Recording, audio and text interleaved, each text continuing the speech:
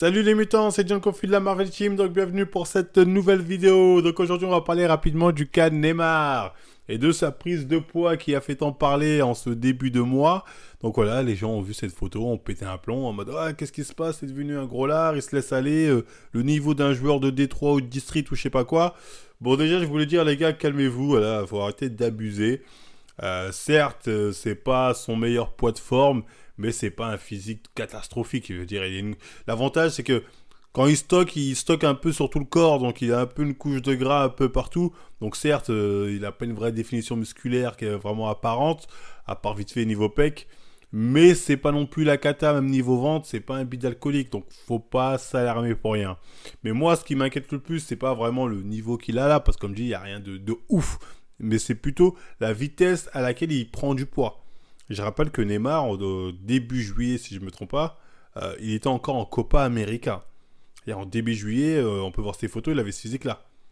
Et là, fin août, il nous sort ce physique-là. Là, je me dis, comment il a pu prendre autant de poids en si peu de temps.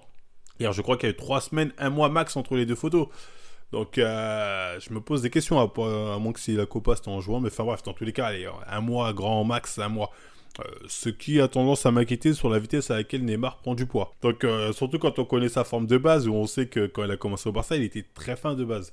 C'est un mec très fin qui est arrivé au Barça, justement, ils ont dit bon, il faut que tu prennes un peu de gap parce que voilà, faudra être solide, faudra avoir de bons appuis. Donc, il a commencé le renforcement musculaire, certainement une diète qui va avec. Donc, son physique a commencé quelque part à changer. Et voilà, il a pris en forme musculaire notamment. Voilà, donc c'était un physique qui lui convenait plus, je pense. Sur le terrain. Il devait certainement un physique qui lui permettait d'être beaucoup plus efficace, que ce soit sur les duels notamment. Donc on peut constater qu'une fois qu'il est venu à Paris, ensuite il a pris encore un peu plus de muscles. Hein. On peut voir certaines photos, il a un peu plus de muscles. Bon, il n'est pas forcément plus sec qu'avant, donc il a peut-être pris aussi un peu de gras, mais très très peu. Mais à partir de là, ça commence les variations de poids. C'est-à-dire on peut voir qu'en 2019 aussi, il a déjà une période où il avait pris un peu plus de poids. Donc il y a eu du laisser aller depuis longtemps, c'est pas récent qu'il se laisse un peu plus aller, c'est depuis qu'il est à Paris, j'ai l'impression. Hein. Donc ça, c'est un constat qu'on va faire.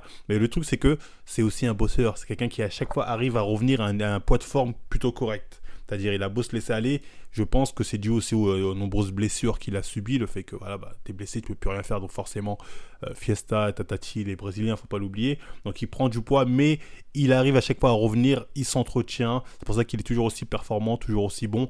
Donc voilà, il a quand même ce truc il connaît son corps, il sait comment revenir à un bon poids de forme. Et ça, c'est pas rien. Très clairement, on peut dire qu'il a des facilités à prendre du poids, et notamment du gras, plus de gras que de muscles.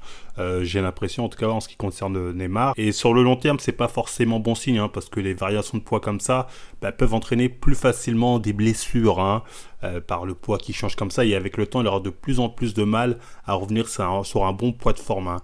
Les joueurs qui généralement ont une carrière sur le long terme, et qui est plutôt correct sur le long terme, arrive justement à garder un certain ration de poids. Ça dépasse pas les plus 2 kilos, les moins 2 kilos.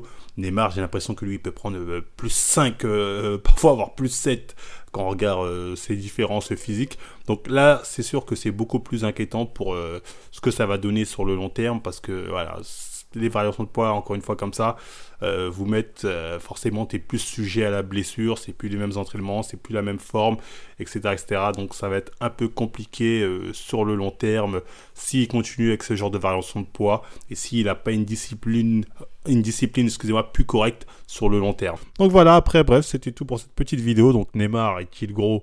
Non, il n'est pas gros, il a pris un peu de gras qui va perdre certainement assez vite. Donc il va falloir surveiller ça et on regardera ça, comment ça évolue, en espérant que ça aille au mieux.